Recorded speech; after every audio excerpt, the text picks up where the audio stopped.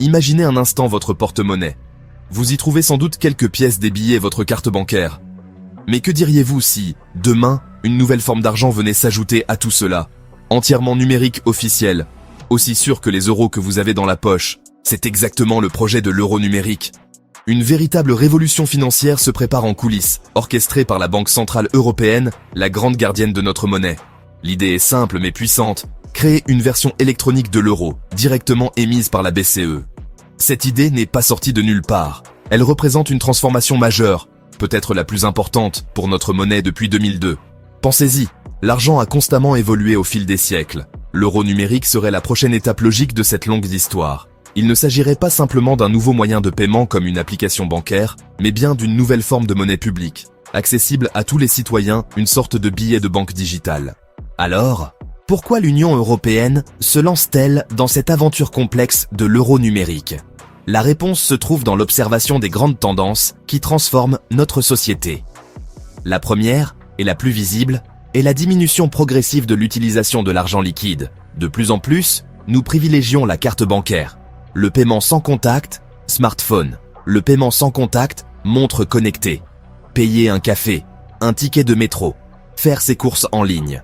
Cette tendance s'est même accélérée avec la crise sanitaire. Face à ce recul du cash, les banques centrales s'inquiètent. Si l'argent liquide disparaît, la seule monnaie numérique disponible serait de l'argent privé, émis et contrôlé par les banques commerciales. L'euro numérique serait donc un moyen de préserver un accès direct à de la monnaie publique. Le deuxième grand moteur est la montée en puissance des crypto-monnaies. Bitcoin, Ethereum. Ces monnaies privées et décentralisées ont montré qu'on peut créer et échanger de la valeur hors du système bancaire. Volatilité et complexité, mais brèche ouverte qui pousse les institutions à réagir. Pour les banques centrales, il faut éviter de laisser le champ libre à ces acteurs privés. L'euro numérique, une alternative stable, sûre et régulée. Ensuite, la question de l'autonomie stratégique de l'Europe. La plupart de nos paiements passent par des réseaux internationaux. Visa, Mastercard, les GAFAM développent leurs propres solutions de paiement. Google, Apple, Facebook, Amazon.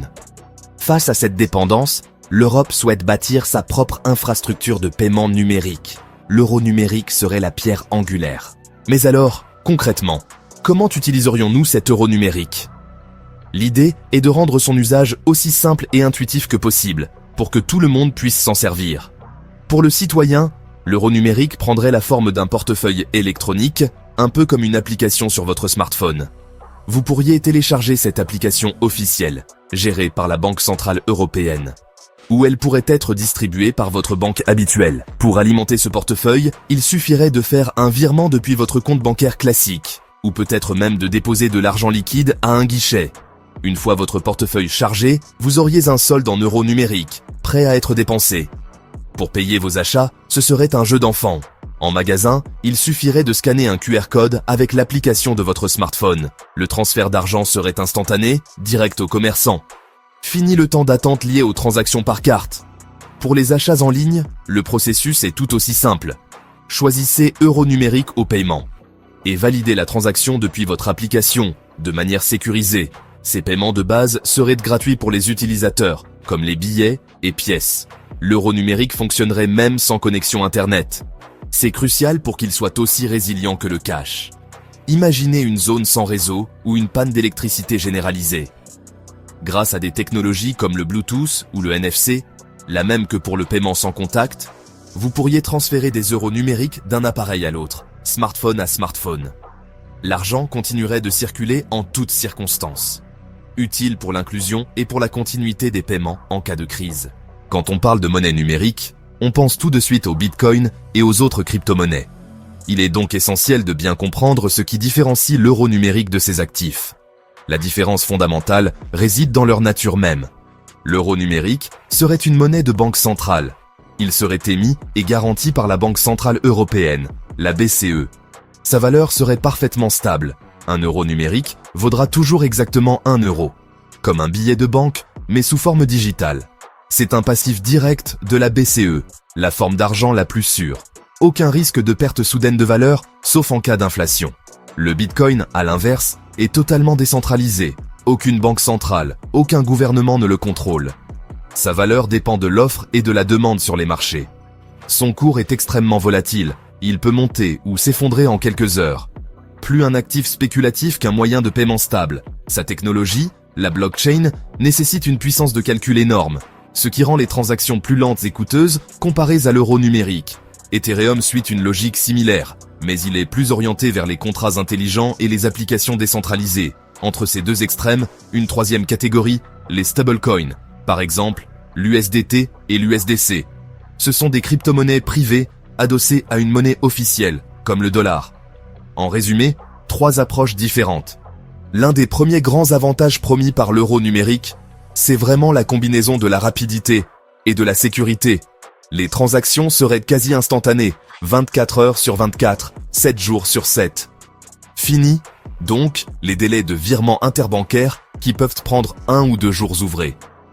Que vous envoyiez de l'argent à un ami un dimanche soir, ou que vous payiez un fournisseur à l'autre bout de l'Europe, les fonds seraient transférés en quelques secondes seulement.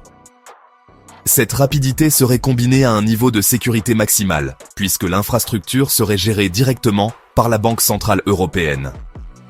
Cela réduirait les risques de fraude et de défaillance des intermédiaires, offrant une tranquillité d'esprit inégalée pour les utilisateurs, particuliers, entreprises. Un autre avantage majeur, c'est de renforcer la transparence et de lutter plus efficacement contre les activités illicites. Attention, cela ne veut pas dire que toutes nos dépenses seraient scrutées à la loupe, on y reviendra un peu plus tard. Mais l'euro numérique, en tant que monnaie traçable, rendrait plus difficile le blanchiment d'argent, le financement du terrorisme et l'évasion fiscale. L'euro numérique est aussi présenté comme un formidable outil d'inclusion financière. Aujourd'hui encore, certaines personnes n'ont pas de compte bancaire, par choix, par manque de moyens ou parce qu'elles n'ont pas accès à une agence. Enfin, et c'est un point crucial, l'euro numérique garantirait la pérennité d'un ancrage public pour notre monnaie. Malgré ses nombreux avantages potentiels, le projet d'euro numérique soulève aussi de sérieuses inquiétudes. La première concerne notre vie privée. Par nature, une monnaie numérique laisse des traces. Chaque transaction pourrait être enregistrée. Qui aura accès à ces données et pourquoi faire ? La Banque centrale européenne assure qu'elle n'a aucun intérêt à connaître nos habitudes. Elle promet un haut niveau de confidentialité comparable aux paiements actuels. Elle envisage une option hors ligne, offrant un anonymat proche du cash pour les petites transactions. Mais la crainte demeure. Surveillance par l'État, exploitation commerciale des données. Un autre risque, disparition accélérée de l'argent liquide. Les autorités disent complément, pas remplacement, mais beaucoup craignent une société sans espèces. L'usage des billets et des pièces pourrait décliner, au point que leur maintien devienne trop coûteux pour banques et commerçants. Problème d'inclusion pour ceux qui ne maîtrisent pas le numérique, personnes en situation de précarité. Dépendance aux infrastructures technologiques, risque de paralysie en cas de cyberattaque ou de panne de courant généralisée. Le projet a également des implications profondes pour le secteur bancaire traditionnel. Aujourd'hui, les banques commerciales collectent les dépôts des citoyens pour ensuite prêter cet argent et financer l'économie. Si les citoyens transfèrent massivement leur argent vers des portefeuilles numériques, cela pourrait priver les banques d'une source de financement essentielle. Garantir la résilience et l'inviolabilité de l'euro numérique sera un des plus grands défis pour la BCE. L'introduction de l'euro numérique ne serait pas qu'une simple innovation technologique. Elle aurait des conséquences économiques profondes, notamment sur la politique monétaire de la Banque centrale européenne. Aujourd'hui, la BCE influence l'économie principalement en ajustant ses taux d'intérêt directeurs, ce qui se répercute ensuite sur les taux que les banques commerciales proposent aux ménages et aux entreprises. Avec un euro numérique, la BCE disposerait d'un nouvel outil d'action potentiellement beaucoup plus direct. Elle pourrait, en théorie, appliquer des taux d'intérêt directement sur les euros numériques détenus par les citoyens. Cela lui donnerait un levier beaucoup plus puissant pour stimuler ou freiner l'économie. Cette nouvelle capacité soulève des questions vertigineuses. En cas de récession, la BCE pourrait appliquer un taux d'intérêt négatif sur les euros numériques pour inciter les gens à dépenser plutôt qu'à épargner. Inversement, pour lutter contre une forte inflation, elle pourrait rémunérer les soldes en euros numériques afin d'encourager l'épargne. C'est un outil très puissant, mais aussi très controversé. L'idée de voir son épargne numérique fondre à cause d'un taux négatif est difficile à accepter. La BCE a pour l'instant écarté cette utilisation, mais la possibilité technique existera. D'un côté, en rendant les transactions plus rapides et plus efficaces, L'euro numérique pourrait fluidifier l'économie et stimuler la croissance, ce qui peut avoir un effet légèrement inflationniste à court terme. De l'autre côté, il offrirait un outil de politique monétaire plus direct, permettant à la BCE de réagir plus vite et plus précisément pour maîtriser l'inflation. L'initiative de l'euro numérique ne se joue pas seulement à l'échelle européenne. Elle s'inscrit dans un contexte de compétition géopolitique intense. La course aux monnaies numériques de banques centrales est lancée et les plus grandes puissances économiques mondiales sont sur la ligne de départ. La Chine est en tête avec son yuan numérique, ou UCNY, qui est déjà testé à grande échelle dans plusieurs villes et pour des millions d'utilisateurs. Pékin voit dans sa monnaie numérique un outil pour renforcer le contrôle interne sur son économie et sa population, mais aussi un moyen d'étendre son influence à l'international. En proposant une alternative au système de paiement dominé par le dollar, la Chine espère promouvoir l'usage du yuan dans le commerce mondial. Face à cette avancée chinoise, les États-Unis sont plus prudents, mais explorent activement la possibilité d'un dollar numérique. La Réserve fédérale américaine étudie les avantages et les inconvénients, consciente que le statut du dollar comme première monnaie de réserve mondiale est un atout stratégique majeur. Pour l'Europe, l'euro numérique est un instrument essentiel de souveraineté et d'affirmation sur la scène internationale. L'avenir du système monétaire international se joue peut-être maintenant. Nous voici au terme de notre exploration de l'euro numérique. Nous avons vu qu'il s'agit d'un projet ambitieux, une réponse logique et nécessaire à la numérisation de notre monde, à la montée des crypto-monnaies et aux enjeux de souveraineté. Sur le papier, les promesses sont alléchantes. Des paiements plus rapides, plus sûrs, accessibles à tous, et une infrastructure monétaire européenne, moderne et résiliente. L'euro numérique pourrait renforcer notre économie, simplifier notre quotidien et affirmer la place de l'Europe dans la compétition mondiale. C'est une vision d'avenir où la monnaie publique s'adapte pour continuer à jouer son rôle d'ancrage et de confiance à l'ère du tout numérique. Cependant, comme nous l'avons vu, le chemin est semé d'embûches et de questions fondamentales. La protection de notre vie privée face à une monnaie potentiellement traçable est sans doute la préoccupation la plus vive. Comment garantir un anonymat suffisant sans ouvrir la porte aux activités illicites? De même, l'impact sur les banques commerciales et le risque d'une société sans argent liquide sont des défis majeurs qui devront être gérés avec une extrême prudence pour ne pas déstabiliser notre système financier et ne laisser personne sur le bord de la route.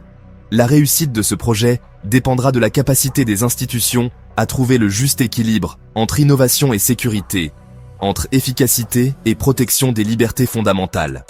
Le déploiement de l'euro numérique, s'il se confirme, ne se fera pas du jour au lendemain. C'est un dialogue démocratique essentiel qui doit avoir lieu. Alors que nous nous tenons au seuil de cette potentielle révolution, une question demeure, plus philosophique peut-être, mais essentielle. L'avenir nous le dira.